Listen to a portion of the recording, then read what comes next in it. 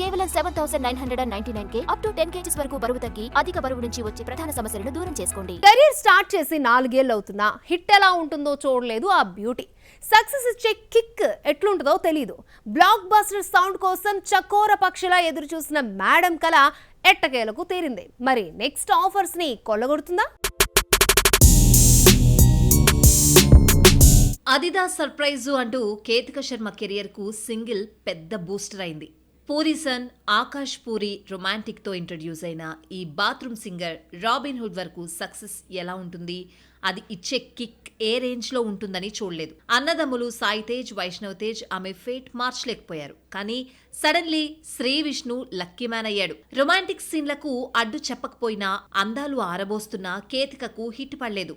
ఆమె చేసిన త్యాగం వృధాగా మారిపోయింది. బాలీవుడ్లో ఓ ఓటీటీ సినిమాలో మెరిసిన మేడం మళ్ళీ టాలీవుడ్ చెంతకు చేరింది. ఇండస్ట్రీలోకి అడుగుపెట్టిన 4 years అవుతున్నా హిట్ సౌండ్ వినలేదు. కెరియర్ డౌన్ ఫాల్ అవుతున్న టైంలో ఆమెకు లక్కీ భాస్కర్ అయ్యాడు శ్రీ విష్ణు.